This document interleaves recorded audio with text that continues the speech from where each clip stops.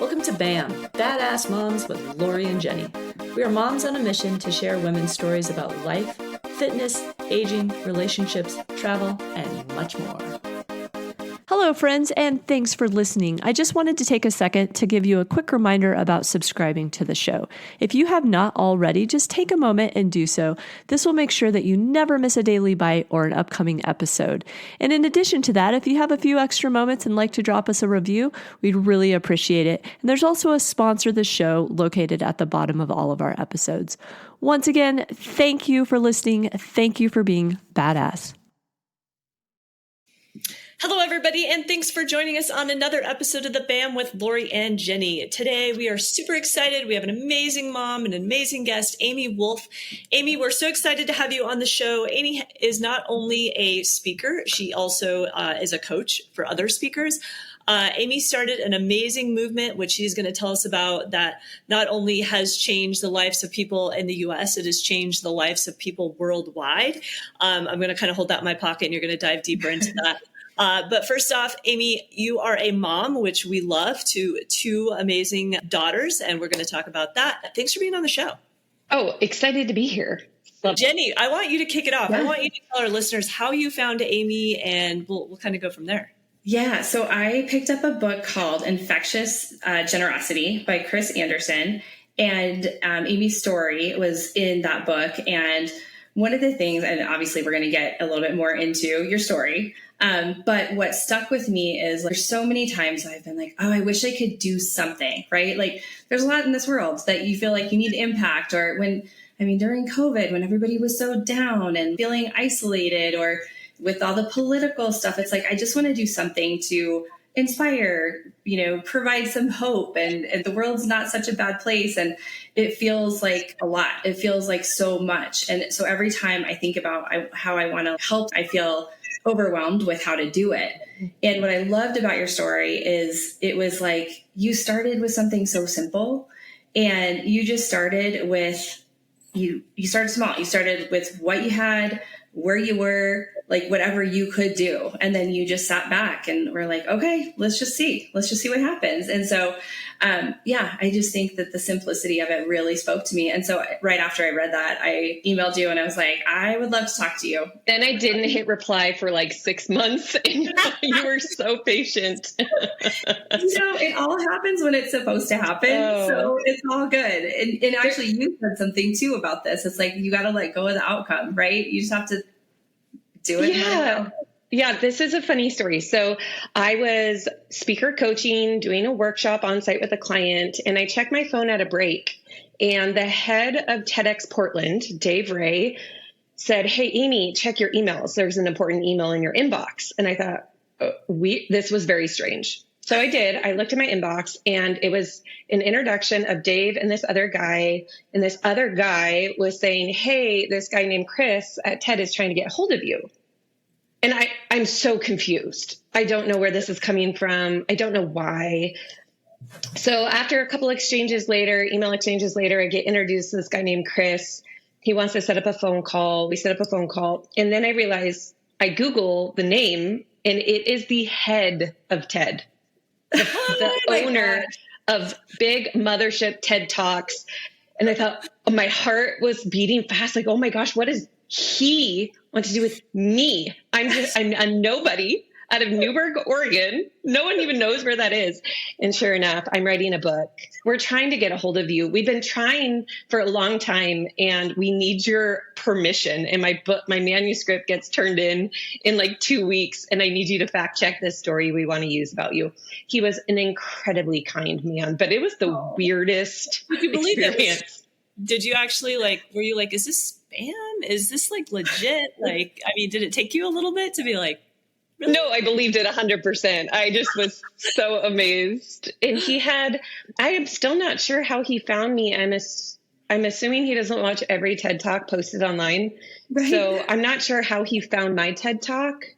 I have no idea, actually, still to this day, how he found me. But then he did publish me in his book, which leads me to you. Oh, yes. And it was a great book, which, anytime you can read about stories of hope and, bringing something bright into the world, I think that's a good use of time.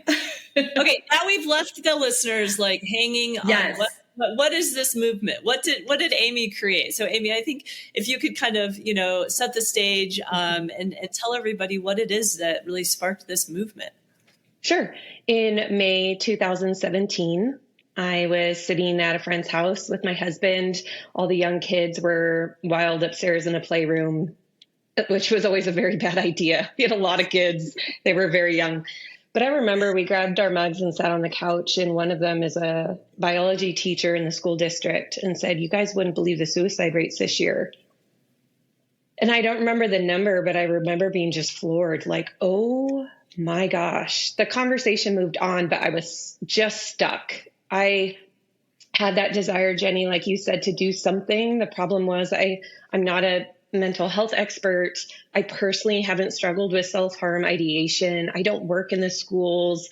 There was really nothing I was qualified to do to help. But I'm a particularly stubborn person and I'm a doer. So I thought I have to do something. For years, I had this idea in the back of my head that I thought was so dumb, that of these big white signs with 3 black words, "Don't give up." And I had this in the back of my head for so long that I told my husband that night when we got home, "This sounds wild, but I think we should print these yard signs." And so we did. It took a couple weeks to find someone who could order custom yard signs for us for pretty cheap. We ordered 20. And on a rainy Saturday morning, we stuck our 2 very young daughters at the time in their car seats in our car. And I loaded our trunk with these signs on the backs. All of them said, "Don't give up." On so the they front, all said the same thing. They all said the same thing. Yeah. And on the front, half of them said, "You are worthy of love." And the other half on the front of the signs said, "Your mistakes don't define you." And some of that was borrowed from a book by Brené Brown that our friend group had just read, The Gifts of Imperfection. It's my favorite of her books. So we put the signs in the trunk. My husband buckled in our daughters, and I just thought, this is the stupidest idea I have ever had. This will help nobody. Actually, the voice said, "Who do you think you are? Like, this is embarrassing that you thought this would do anything." But I'm super frugal, and we had just spent over $100 on custom yard signs. So we drove around Newburgh, our small town, and we knocked on stranger doors and took my daughters out of their car seats, hoping they would charm a stranger. I would disarm them in their skepticism. And we showed them the yard signs. There's no hashtag. There's no website. This isn't religious. This isn't an organization. It's not political. We're just a young family trying to do something in the wake of a lot of sad and hard in our community. Every person said yes. And I know we say no to that, despite your 2 daughters. Yeah. Right? Yeah. I will say, so your Strength Finder, I love Clifton Strengths from Gallup, and they're on your website. And you have, I think, belief is your number 1, achiever, activator, communication, and woo. So belief is like the stubbornness, right? Your achiever, like, I'm going to get this shit done. Yes. And then activators sometimes do before they think, which I also have that. And it can be frustrating, but I think of it as a superpower. And then you've got communication, and then woo, which is winning others over. So, I mean, all of those things are like the perfect blend for what you did. You would see this through the lens of that. And you're right. You're 100% right. That's how I'm wired. I'm just so wired. So I remember we drove home, and I was thinking, has someone seen them yet? Has someone seen them now? Has someone seen them now? And I thought, even if people hate them, it's anonymous. Who cares? I have no skin in the game in that way. But within a couple hours, I had a friend reach out to me, a neighbor actually on Facebook, and said, "Hey, I'm not sure if this is you, but there's a community Facebook page and people are taking pictures of these yard signs. Did you put them out?" It took 24 hours for an admin to admit me into this Facebook group. And it was the longest 24 hours of my life because I wasn't sure what people's reactions were. And when I finally got permission to see the posts, there were so many. And they were things like, "I'm going through a divorce," or "I am struggling with self-harm," or I just got a medical diagnosis. That's been hard. And what I realized is, because the messages were so vague, that people could see through the lens of their own suffering a moment of inspiring hope. Now, what these signs were not supposed to do is they don't fix depression. They don't necessarily even change people's minds with self-harm. It wasn't meant to fix a problem. It was meant for people to encounter at the right moment, at the right time, the right message to say, you're seen, you matter. We started adding messages. You are enough. What else? You got this. This positive cheering on. And then what happened is it exploded. People said, we want these signs. Where can we buy them? So my husband and I came out of the shadows. Okay, we can buy more signs. And it spread in 18 months to all 50 states and over 20 countries with more than just yard signs, multiple products, wristbands, pens, decals, all with the same messages and all at cost. I have a dream job. I love my day job as a speaker coach. This movement was accidental and we had no desire to make any money off of it. So we still sell all our products at cost and all volunteer run. I love it. Amy, I have so many questions, but one, I think we always have this inner, like you said, like a voice that's saying, you should do this, and we kind of push it down. What was that like moment where you were like, I'm going to go print the signs. I'm going to do this. Like, what was there something that happened? Oh, I don't know if there was like a catalyst moment other than I have to do something. I have this stupid idea for the last few years. Let's just do it as a Hail Mary. And I hope it helps somebody. But to be honest, it almost sounds a little self-serving in the sense that how do I respond to my discomfort with the pain around me? I'm just going to do something and hope it helps. Like it actually is kind of self-serving in that sense. And that's actually, Jenny, what I love about that book about generosity is that sometimes there's a mix of intention and it's okay. Yeah. It's okay to have a mix of intention. I've never really thought about that angle of our movement, but it really was a desperate Hail Mary attempt for me to try to do something meaningful. But I bet it was to do something with my pain too, to give it some sort of focus of grieving and lamenting for my community. Well, it's a win-win, right? It helps you and it helps others is what your hope is. Sure. And then it became like a second job, and I don't know how much it helped me so much it took over my life. But that's okay. It did. It landed me a book, landed me a TED Talk. It has been beautiful for me too. But I think what I was surprised by is how quickly we started getting messages. We quickly started an Instagram account, a Facebook account, built a website overnight. People started sending us money to just donate product to schools or wherever. So we became a legal nonprofit only because people started sending us money. And I thought you should want us to have legal accountability. So we did that. And the stories were similar kind of to the first few weeks of people around the country had an encounter at just the right moment at the right time. And many stories we heard. I remember one a couple years into the movement. There was a family and their middle-aged son was really struggling with anxiety and depression. And they stopped hearing from him and they were pretty alarmed that he was missing. They were worried about his well-being. They called the police. They were trying to look for their son and they found him at a cabin that the family was aware of. And when the police went there and talked to him, they said, "Are you okay? What's going on?" And he said, "I'm really struggling with self-harm ideation. But on the way out here to end my life, I saw a yard sign a mile away from the cabin and it said, 'Don't give up.' And I realized that was my sign to hold on. And so I came here and you found me." And this story was shared. I can't even remember who ended up reaching out to us, if it was the family or him. But I just thought, this is so much bigger than a yard sign. Yeah, the yard sign sounds super cliche. The words are super cliche.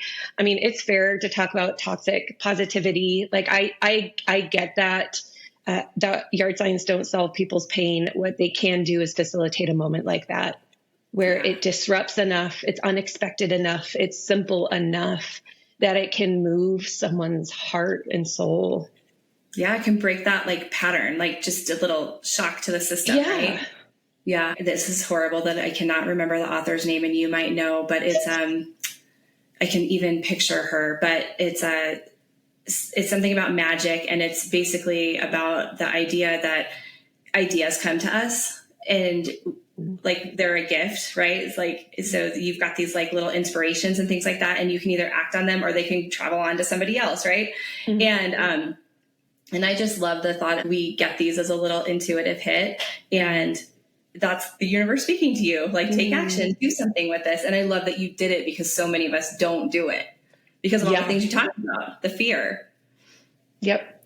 No, I think that's awesome. So I have a question, Amy, before all of this happened, you're obviously a speaker and a coach. Were you a speaker, like a speaking coach before? What were you doing? What was your day-to-day? What was your job? Yeah. In 2011, I joined my dad's company that he started in the 90s. That is a speaker coaching firm. So my full-time job was speaker coaching one-on-one with senior executives at companies, preparing keynotes in front of thousands of people, to TED Talk speakers working on their TED Talks, to small group workshops for people who just wanted to get better at presenting at their regular internal meetings. So I was full-time in the gig, traveling a lot, raising a young family, taught Sunday school at my church. I mean, just a pretty average life. And then this curveball of doing something that became something. And then this movement became another part of my family's life. So yeah, I don't have time for this. I don't have capacity for this. I'm not qualified for this. And it happened anyway. Yeah. How did you balance it? Because it took off faster than you thought. So how did you end up balancing it? And I'm sure if you would have known how much it would take, you maybe wouldn't have started. So it's probably good you didn't know. Yeah, maybe there's something to that, not knowing too far ahead of how things will go.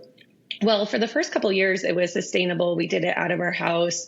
As soon as we got an order, we'd ship stuff out the door. My desk in my office was filled with product, and the garage had boxes in it. And then in 2019, our family went to Hawaii on our first kind of bigger vacation, the four of us. And while we were gone, I had a friend who was coming into my house and fulfilling orders in my absence. One day she texted me and said, "I'm so sorry. We ran out of product, but we did our best." And I thought, how did you run out of product? We had so much. And then I got an email from a dad out of Seattle, had bought a pack of our yard signs, put them around his daughter's school, and it caught media attention, local news, and then it got picked up, national news. And I scrolled through my inbox, and it was the Washington Post asking for an interview. It was people asking for our media kit. I had to Google media kit. I remember at midnight, my whole family was sleeping in our Maui condo, and I'm aghast. I don't know what to do. It hit the fan. We went viral. And that's when we realized something has got to change. It can't be out of my home office. I can't do orders before bus stop, after work, after bedtime. And so we found a small office to rent in our small town, moved to locations, could hand out keys to different volunteers so they weren't coming into my house, and started to just scale a little bit better, got shipping software, didn't have to hand write our shipping forms for our local mailroom anymore, and things picked up from there. How many volunteers do you have now? Yeah, on Mondays is my mom. She puts together orders. On Wednesday, it's a high school student named Brooke that she comes between classes and lacrosse and track and all the things she does. On Fridays, it's a local mom named Tabitha that I met because we are fellow soccer moms on the sidelines. And then it's me every once in a while jumping in as needed. Vanjie is a best friend from college, lives in Washington, but does customer service through our emails and does custom orders. And Jessica is local. I went to high college with her, and she's our designer, and she orders our products. With your current signs and stickers and wristbands. So many things, stickers, wristbands. Yeah. Okay, everything. Are you constantly coming up with new sayings, or are you holding on to just kind of a couple key ones? We get a lot of ideas emailed to us, and some of them are just too specific. What works is it's vague, that it can resonate with anyone, anywhere. I mean, we're not even really a mental health organization. We're not a suicide prevention organization. When people hear our story, they think along those lines, and that makes sense. It was the catalyst for why we did what we did. But the point of the signs are to be simple for anyone, anywhere. And so we've had big organizations reach out to us and want to partner, and we've said no. We've had an institution ask to sponsor a billboard on our behalf in downtown Portland, and I was so jazzed until they wanted their logo very small in the corner and thought, no, we don't brand. We're not affiliated with anything. And it's kept the purity and the integrity of the movement, which is why I think it works. During COVID, we did have someone reach out to us and say, have you guys considered we're all in this together? And so we did launch that one in COVID. And we were all in this together, hitting our pots and pans for all the nursing and medical staff at the hospitals. For a few weeks, we were all in that together. And then we got divided pretty quickly.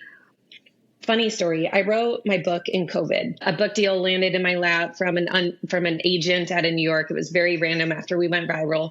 And so I ended up writing it during COVID. And the last chapter was about this amazing progress in the human experience right now and the advancement. And I sent it to my editor and she said, it sounds so tone deaf. We're closed down. People are scared. Like, I know. And she goes, I think you need to rewrite the whole last chapter. And I agreed. And when I wrote it, it was like our alcoholic distilleries are turning into hand sanitation, and our local boutique hotel in Portland became a shelter. And it was this chapter highlighting the beauty of humanity coming out in crisis. And I had a review when my book launched. I think it was Amazon. I can't remember. And it was how unrealistic, how euphoric, rose-colored glasses was not that positive. And I wanted to say, but at first it was. When I wrote that, it was. We were all in this together. Yeah. And so it was an interesting snapshot into a moment of history that is the last chapter of my book. I do find that interesting because we were all united for a brief moment, you know? And we tend to do that in crisis, right? You think of 9/11 where we were all united and then everyone has their different take on solutions and right answers and right responses. But there does seem to be this window where the pain does unite us in a unique way. Mm-hmm. And the name of your book is Signs of Hope, correct? Yes. And my publisher said, you've got to put love in the title. Hope doesn't really sell. And you know what? I should have listened. They were right. Hope's not a great seller in the title. But you never know. You had said something that I loved about your parents. So, we talk about imposter syndrome and things like that, and I know you did have some, but one of the things that you said was that you were very lucky that your parents instilled in you, like that you are worthy, that, you're confident and all, like you're loved and all these things. And that you hoped that you would be able to do that for your girls. So tell us a little bit about, did you figure out their secret sauce and have you been able to do that for your kids? Yeah. I sit enough with other people's pain and stories that I recognize, whoa, my childhood, I'm so lucky. Mm-hmm. I have had traumatic experiences. In fact, I've had a lot of poor memories. Like I don't have a lot of great, just memory in general. And I went to therapy because I thought, is it a coping mechanism to trauma in my past, which we can talk about. And after going through my whole family of origin and how I was parented, and my counselor looked at me and said, I think you're good. I don't think it's related to your childhood trauma that you're blocking. I'm like, okay, I just have bad memory then. But I did the work. I was willing to get curious and excavate in the soil of all of my life. And I really did have not a perfect, but a wonderful childhood. And I think I can boil it down to, and this definitely translates to my parenting. Did I feel like I had to earn my love? No, of my parents. Did I feel like I could lose the love of my parents? No, I couldn't lose it. I couldn't earn it, because some people are wired differently, right? We're going to try to earn it, or there's shame and we're going to lose it. But neither was the case. My parents loved me unconditionally.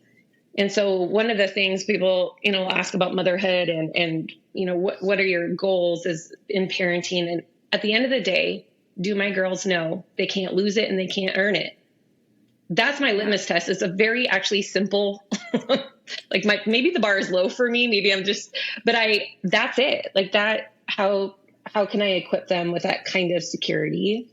And I'm a person of faith. And so part of it too is I feel that from God myself. And so can I give a human experience to that to my children in our human relationships, we can offer this to each other too. You can't earn it. You can't lose it. Yeah. And so I think it kind of comes, to be honest, from that source of my life. And I want to model that to my kids and my human relationships too. So my parents gave that to me. I try to give that to my kiddos. In fact, fun fact, my parents right now are boarding a cruise ship with my daughters. School just got out. They're in the Bahamas on a Disney cruise. But this is beautiful. Are you ready? My mom brought a lot of Don't Give Up wristbands with them and gave each of them 5 wristbands and said, your assignment over the next 5 days on this cruise ship is to notice someone and hand out the wristbands. And so this eyes wide open to people, to not get so in, teens, preteens, this is where we're at. To keep your eyes open and notice people is a thing, to get outside your own world. And so my mom gave them a mission even on vacation to pass out hope and love. Are your parents available to take our children? I know. Sign up for that. People said, what are you going to do with your time? Are you and your husband going to go on a trip? No, we have work. Yeah. Don't get your own vacation, right? Like kind of this different kind of experience. It is. Now you get to, have your evenings where you can have a conversation without mom. Yep. You're like, what? You sit there and you're like, or you can even work. Like you can work, but you don't feel guilty. Yes. So yeah, there's something to be said about it. So what do your girls think of, what you've created, what you've done? Obviously they've seen and been a part of it from, being in the car from your first, obviously they were little, but what's their feedback been to you? And, they're, I'm sure, just so excited to be a part of it, but to see your success and the change that you've been able to put out there. Yeah, they were front row seat, well, back row from the car that day, but front row seat to really this kind of beautiful example, Jenny, like you said, of doing something small, seemingly insignificant, but then watching the impact of it. They are so funny. They used to say that, oh, Mom, you're so famous. You're, these TV interviews and this book deal and this TED Talk, you're so famous. And I'll say, I'll claim Newburgh famous, which is our small town of 25,000 people. Like most people here know me as the sign lady. So I'll claim Newburgh famous, but the poor kids, they have a false sense of my significance in the world. But yeah, they're beautiful, compassionate kids, but they're also very normal. This sounds so cheesy, and it is. But every day when they would get on the bus at the bus stop, I would yell out the window, be light to the world, which is so cheesy. But the idea is eyes wide open to the person who's quieter in class, to the person who doesn't have a partner. Stay sensitive, stay tender. Don't bury your head down into the regular stuff. And that goes for us too. Absolutely. And I think, honestly, it is a good daily reminder because we don't notice. How many times have you just even driven somewhere and you have no idea how you got there? We just put blinders on and we go about our business. Mine is parking. I mean, every time I swear I park in a parking lot, I am so busy trying to think of the other 50 things, like I'm getting to the store, what is my kid doing, trying to have a conversation, text message going off. And I'm like, go into the store and I come out and I have no idea where I parked. And maybe that's pre-menopause because I feel like I forget a lot of things. It's crazy how distracted we are and being present.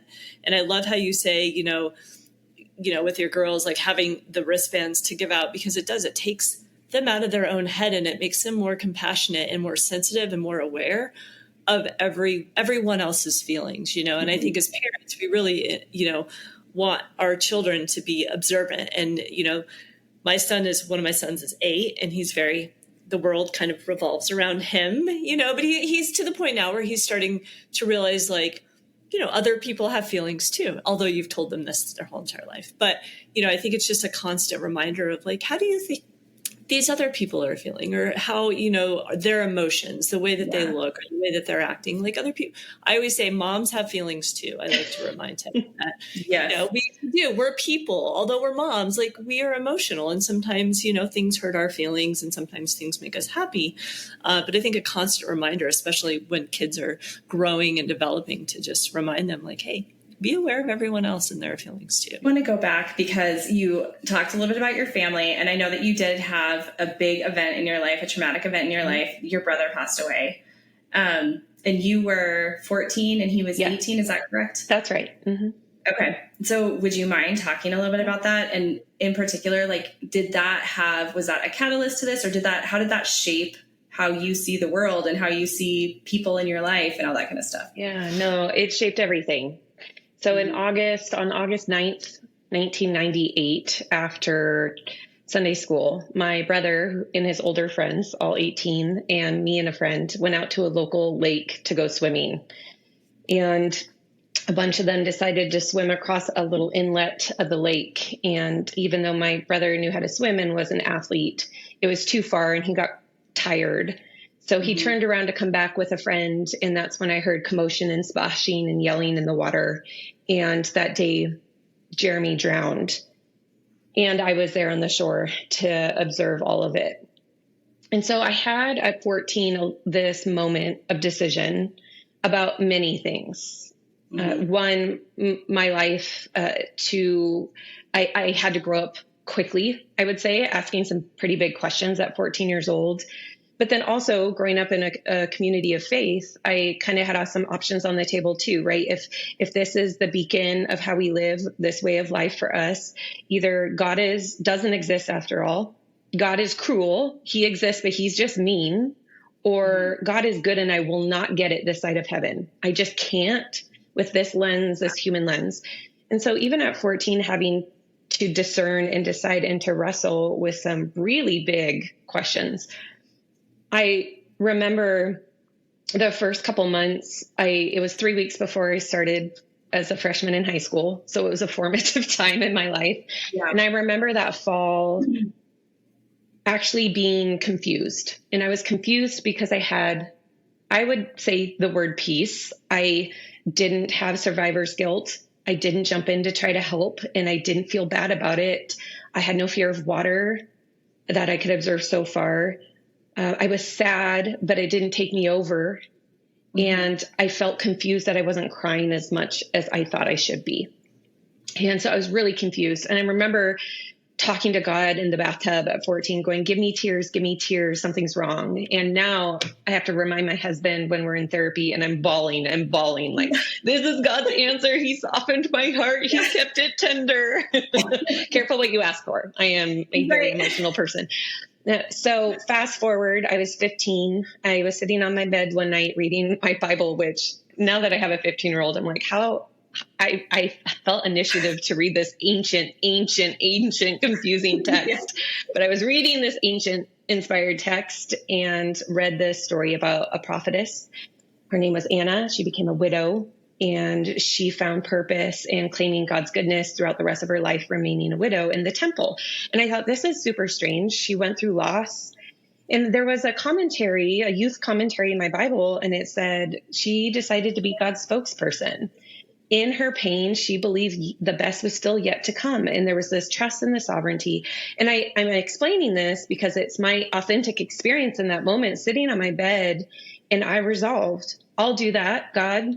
I'll join other people's pain. I'll be unafraid of other people's pain. Because even though, and I explain it like this, and so many listeners, and maybe you too would relate, there's this grief club you don't want to be a part of. Yeah. And you don't want to be alone. Mm-hmm. So I don't want to tell people, welcome to the club. I do want to say, hey, I get a level of your pain, particularly people who have lost siblings, particularly a teenager losing someone they love. These are things that I can personally offer as empathy to other people. And so God used me. And then, from 15 on, just this urgent, I don't know if I only have 3 more years of my life like I did, right? So there's this urgency, there's do something mentality, there's see a need, meet a need mentality. There's that achiever in me. Mm-hmm. I don't know if the strengths finder, if they say it's nurture or nature, but I really think some of the experience that I had formed that in me. Yeah. One of the questions I know you ask, because I've been listening to your podcast, I know some of the questions that you ask are, what are you the most proud of in your life? And to be honest, I was like zooming way out and inventorying my life. And pain and suffering has a way of being a crossroads. Mm-hmm. What are we going to do with it? And I feel really proud that I claimed my agency, even in a situation where I couldn't control the situation. This trauma happened to me, like no one's fault, but I took that and I turned the pain into a mission to show up in other people's pain however I could. Mm-hmm.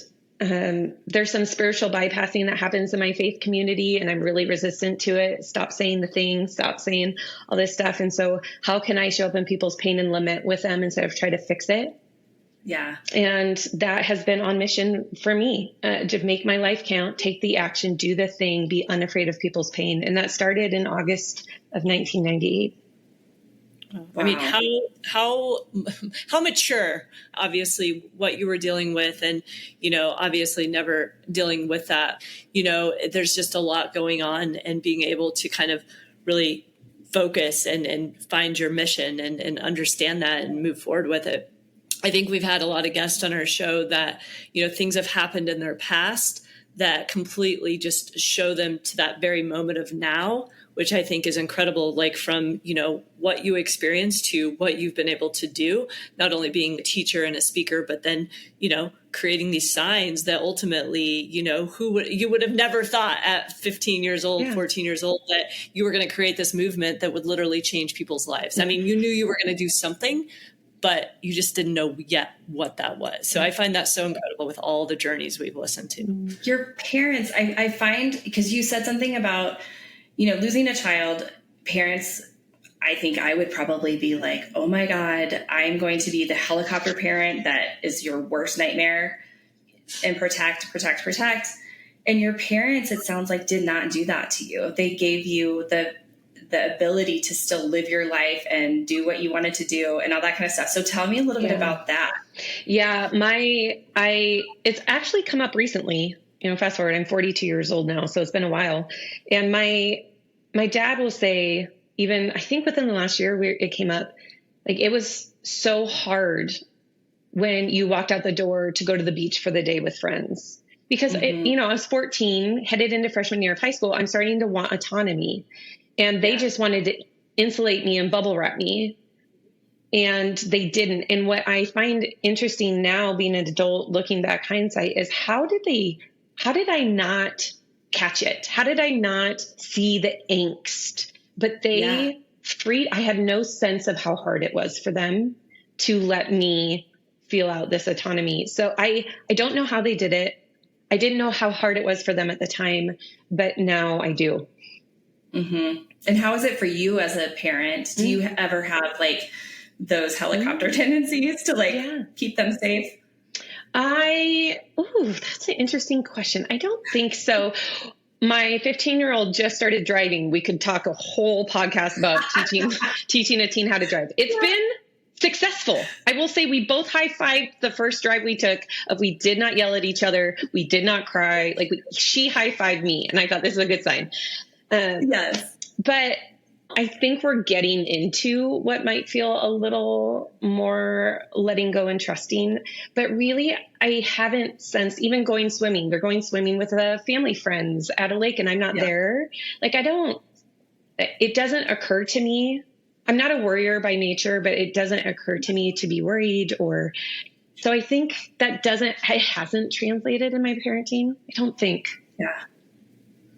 That's amazing. And good for you. I get conflicted between two things, right? Like protect them. And then there's this part of me that's also like, when it's your time, it's your time. The best example I have is there was a guy that wrote, I think it was like that book, 10,001 Things to Do Before You Die. So he'd done all this like risky stuff, things that most people will never do. And he passed away. I saw it in that little blurb in People magazine one year. And it said he passed away because he slipped and fell on his bathroom floor. And I was like, that is proof to me that when it is your time, it is your time. Right. Yeah. But then I still have this instinct to make sure the kid, protect the kids. So it's like this constant battle. Mom instinct though, right? I mean, no matter, I think, how much we want our children to just go and do. I mean, there's always the voice in the back of our heads like, okay, are they okay? Are they making the right choices? But it's giving them the opportunity to make the wrong choices, but in a little bit of a wrong choice, right? Like learn from those mistakes and to understand how that feels when you do make those mistakes. Or so Amy, I feel your, I don't know, call it pain, but my 17-year-old stepson, he just started driving, and then a few months into it, got in a car accident. Oh no. So, it was fine. But it was one of those life lessons, right? Yeah. Like it was a little mistake, and, learning from that has been very impactful. And I think although you don't want your kids to have to go through that, it's also been something I think that's been very, if there's any good to it, just learning that, how much power you have behind the wheel, and how that not just impacts yourself, but everyone around you. So it's definitely one of those life lessons. You don't wish that upon your children, but when it happens, you hope that they can take that experience, hopefully learn from it, and make different and smarter choices. This is why you don't buy 16-year-olds brand new cars. I'm just going to say they all get in a fender bender, like pretty much immediately. I did the same thing. But I actually think, I'm like, you know what, this is good. Because it does. It's an instant reminder. And it could have been worse. And thank God it was just a little fender bender. But they have that instant reminder or lesson that, oh, this is kind of a big deal. A couple years ago, I was coaching the CEO of Volvo America and Canada. Anyway, I got exposure into the inner workings of Volvo cars. And I remember coming home from a trip and nudging my husband, have we ever thought about buying one? They're so safe. And we did. We ended up buying one, and they gave me a little bit of a discount, which is lovely. And Good. I was driving with my daughter last week, and we pulled up to a birthday party or something, and someone comes out and says, you're letting her drive this car? And I thought, this car will slam on the brakes if she doesn't hit her brakes fast enough. This is it tightens your seatbelt. Like, this is the safest car for my daughter. So although she's not going to own one at 16, but she is learning on a nice, safer, very, very, very safe car, which gives me some peace of mind. My brother, I credit a Volvo. It was an old Volvo station wagon. It was very old by the time he had it. I credit that for saving his life. He was T-boned in one. And I'm not in their headquarters in Mahwah, New Jersey. There is a gallery, and it has glass walls, and it's beautiful. It's like an art gallery. It's small, but it's in the middle of the hallway, and there's massive portraits, maybe 20 portraits of all different kinds of people. And finally, the second visit there, I asked one, what is that? Who are these people? Are they founders? And they said, those are real people whose lives were saved because of Volvo technology. Oh. And I thought, do people know this exists? Like, this is your mission, and you walk by them every day. Like, it was so beautiful. And I thought, surely your PR person has posted this somewhere. And I don't know. Anyway, for those of you who are with kid drivers, here's my plug. Volvo. I love it. They're going to have you back again. So, Amy, obviously you're busy. Your kids keep you busy. How do you disconnect? What do you do for fun? What's your go-to to, just have a little bit of time to yourself? Oh, a lot of coffee shop dates with friends, lots of dinners out with friends. I do girls' weekends away. So Jake kind of has his hunting trips every year, and I have my girlfriend trips every year. And we just have this beautiful balance and permission to do that. I will say, there are hard parts of my life. Parenting has been one of the easier ones. And so I actually really get along with my preteen and my teen. Knock on wood. We went through middle school unscathed. We have a really great partnership.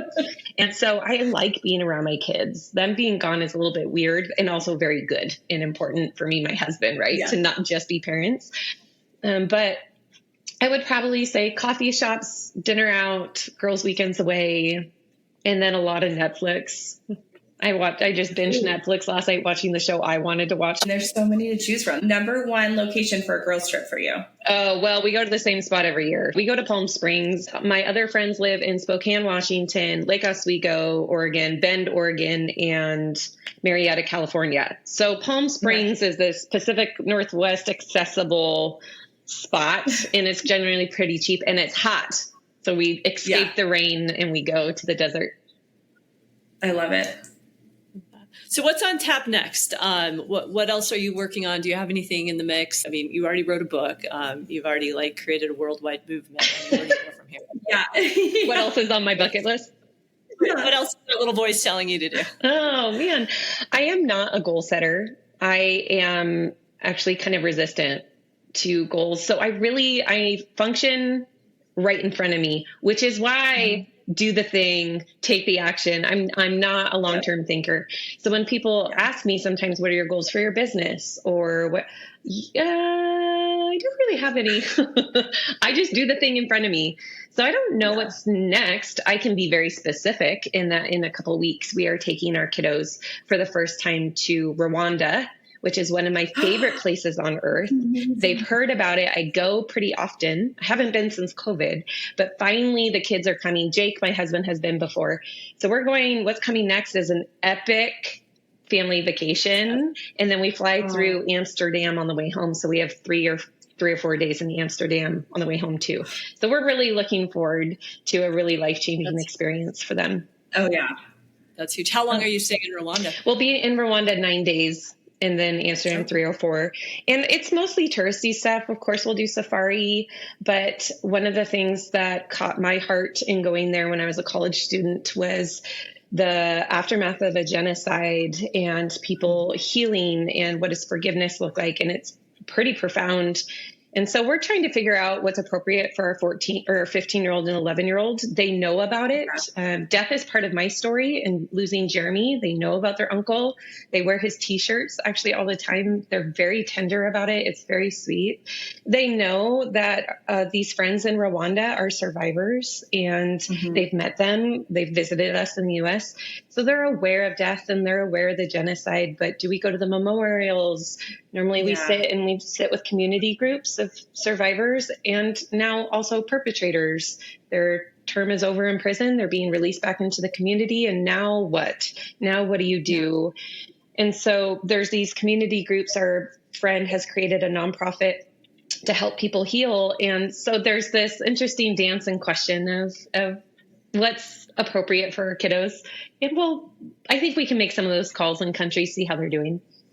Yeah, they might tell you what they're, I feel like our kids they're more resilient in some ways than we think they are. And they will show you what they need or what they're ready for. Do you want to plug your friend's nonprofit? Oh, it's called Good News International. And I don't think they might have a website. I don't even know. It's a grassroots Rwandan-led organization. I love it. Good for you. So lovely. Amy, I just love everything about our conversation. I love everything about, what you've done, and not only, the things that you've overcome, but just the things that you've helped other people overcome by, what has words we think in our head and putting them out there for people to visually see them and catch them at those moments of, trials in their life. It's just been so amazing. I'm so glad that Jenny found you in a book and that you responded to her email. I love that. I'm really thankful that we got to have the opportunity to chat with you more today on the show. I've been a part of many podcasts, and I love it when it feels like a conversation and not an interview. And this is delightful conversation. That's what we love to do.